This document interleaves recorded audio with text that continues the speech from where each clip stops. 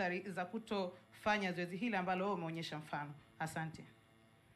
Asante sana. Kama nilivyosema, la kwanza kuto kujitokeza kuandikisha ni kukataa mwenyewe haki yako ya kikatiba. Na unapokataa haki ya kikatiba, swala unajiuliza, je, wewe ni mzalendo? Ni mzalendo wa aina gani ambaye katiba imekupa fursa hii? Nenda kaandikishe, piga kura, weka kiongozi unayehisi atakuja kukuhudumia. Wewe unaikataa. Ukikataa, wenzio watakwenda kuweka wanayemtaka, na unakosa fursa ya kushawishi wengine kuweka yule mnayemtaka.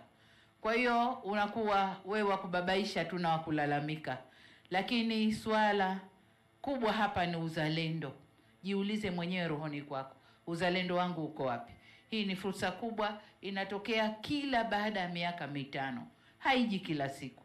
Kwa hiyo ni vyema kila Mtanzania, na ni huo ndio wito wangu, kila Mtanzania ajitokeze, atumie fursa hii. Asante sana. Kuna swali jingine? Hamna?